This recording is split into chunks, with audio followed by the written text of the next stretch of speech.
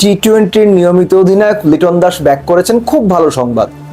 লিটন তার দলের স্ট্র্যাটেজি কিভাবে সেট করবেন, কাদেরকে সুযোগ দেবেন, খুব অধীর আগ্রহে অপেক্ষা করছি লিটনের অবর্তমানে বাংলাদেশ দলকে নেতৃত্ব দেওয়া জাকের আলী অনিকের ব্যাপারে লিটন ঠিক কি সিদ্ধান্ত নেন। তিনি কি তার মতো করে যৌক্তিকভাবে জাকেরকে সরিয়ে অন্য কাউকে সেখানে সুযোগ দেন, নাকি তিনিও কোরামটা মেনটেন করে চলেন, এটা দেখার জন্য অপেক্ষা করতেই হচ্ছে।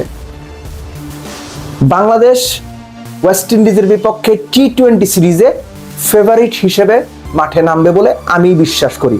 আপনি কি বিশ্বাস করেন সেটা তো আপনার ব্যাপার, কিন্তু কেন আমি এটা বিশ্বাস করি এর যুক্তিগত ভিত্তি রয়েছে। যুক্তিগত ভিত্তিগুলো আসলে কি কি? প্রথমত হচ্ছে বাংলাদেশ এই মুহূর্তে টি-20 টিম ওয়াইজ দুর্দান্ত ফর্মে রয়েছে। কেন? আফগানিস্তানকে সবশেষ সিরিজে হোয়াইট ওয়াশ করেছে, নেদারল্যান্ডসকে হারিয়ে এশিয়া কাপে খেলতে গিয়েছে, এশিয়া কাপে গিয়ে ডিজাস্টার্স পারফরমেন্স করেছে, যেটা প্রত্যাশিত ছিল। তার আগে শ্রীলঙ্কা, পাকিস্তান দুই দলকে হোম সিরিজে বাংলাদেশ হারিয়েছে।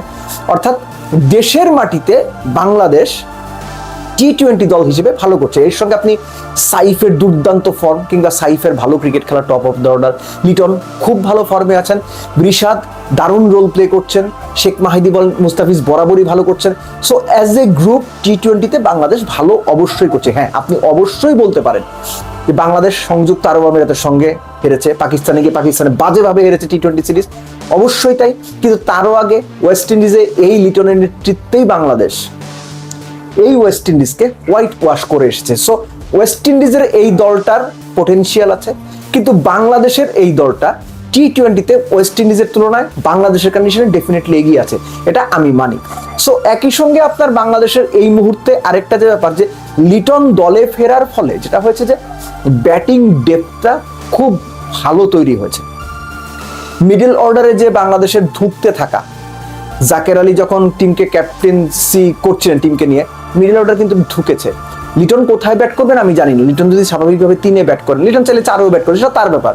সো লিটন আসার ফলে যেটা হয়েছে যে ব্যাটিং লাইন আপটা অনেকখানি স্ট্রং হবে, এবং বরাবরই যে ব্যাপারটা বাংলাদেশকে ভোগাচ্ছে সেটা ব্যাটিং, এবং লিটন আসার ফলে ওই ভোগান্তিটা কমবে বলেই এই মুহূর্তে এক্সপেক্ট করতে পারি। আর চট্টগ্রামের মাঠ যদি আপনি হিসেব করেন, আপনি যদি বাংলাদেশের সবশেষ চট্টগ্রামের মাঠে টি-20তে পারফরমেন্স গুলো দেখেন, যে বাংলাদেশ জিম্বাবুয়ে এসে 3টা ম্যাচ খেলেছে, তার আগে আয়ারল্যান্ডের সঙ্গে খেলেছে, জিম্বাবুয়ের সঙ্গে সবগুলোই জিতেছে, আয়ারল্যান্ডের সঙ্গে শেষ ম্যাচটা বোধহয় হেরেছিল, ওখানে আপনার আয়ারল্যান্ডের সঙ্গে সেকেন্ড ম্যাচে বোধহয় এক্সাক্ট মনে নেই আমার, লিটন ওপেন করেছিলেন কত 47 না 42 বলে 81 করেছিলেন। সো চট্টগ্রামের মাঠে রান হবে। আর বাংলাদেশের এই দলটা এখন টি-20তে যে অবস্থায় আছে, রান করার প্লেয়ার টপ অর্ডার আছে, কিন্তু দলটাকে বিপদে ফেলাচ্ছে আমাদের মিডল অর্ডাররা, তাওহিদ হৃদয়রা, জাকের আলী অনিকরা, কিছু ক্ষেত্রে শামীম পাটোয়ারিরা, তারা মিডল অর্ডারের ওই জায়গাটা ঠিক মতো ধরতে পারছেন না, খেলাটা গুছিয়ে খেলতে পারছেন না, যে কারণে বেশিরভাগ ক্ষেত্রে দেখা যায় টপ অর্ডার রান করার পরও বাংলাদেশ যথেষ্ট রান করতে পারছেন না,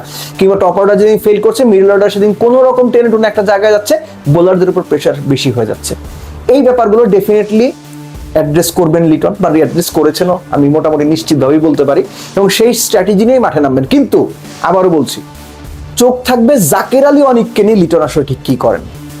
কেননা যে কোরামটার কথা, যে কোচের নেতৃত্বে কোরাম পরিচালিত হয়, সেই কোরামে কারা কারা আছে সেই নামগুলো কিন্তু আমরা কখনো, বা আমি কখনো পার্সোনালি সামনে সেভাবে সরাসরি ডিসক্লোজ করিনি, এখনো করছি না, কিন্তু ভবিষ্যতে করার উপযুক্ত সময় আসবে বলেই আমার অনুমান।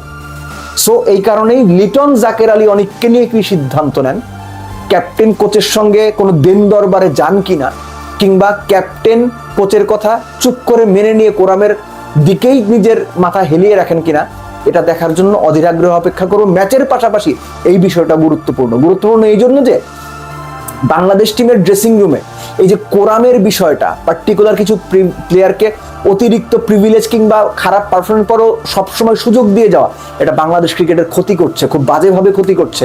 এখন আপনাদের সেটা হয়তো মনে হবে না, কিন্তু লং রানে এটার ইম্প্যাক্ট ড্রেসিং রুমে থাকবে। প্লেয়ারদের মধ্যে অবিশ্বাস তৈরি হবে, প্লেয়ারদের মধ্যে সন্দেহ তৈরি হবে, প্লেয়ারদের মধ্যে নিজেকে সবটুকু উজাড় করে দেওয়ার যে মানসিকতা, সেখানে আঘাত করা হবে, এবং অলরেডি হচ্ছেও। সো এই কারণেই ড্রেসিং রুমে কে কি করছে এই বিষয়গুলো আস্তে আস্তে সামনে আসা জরুরি, যদি সেটা বাংলাদেশ ক্রিকেটের বিপক্ষে যায়, বাংলাদেশ ক্রিকেটের জন্য ক্ষতির কারণ হয়, প্রয়োজনে নাম ধরে ধরে বলা উচিত, বা আমরা বলবো, বা আমি বলবো যে এই মানুষগুলো বা এই মানুষ পার্টিকুলার বা এই ক্রিকেটার পার্টিকুলারলি এই কাজ করছেন। সো তার আগ পর্যন্ত নিশ্চিতভাবেই আমরা অপেক্ষা করবো এবং দেখতে চাইবো যে বাংলাদেশ ক্রিকেটের স্বার্থেই সবাই একাট্টা হয়ে একসাথে কাজ করছেন।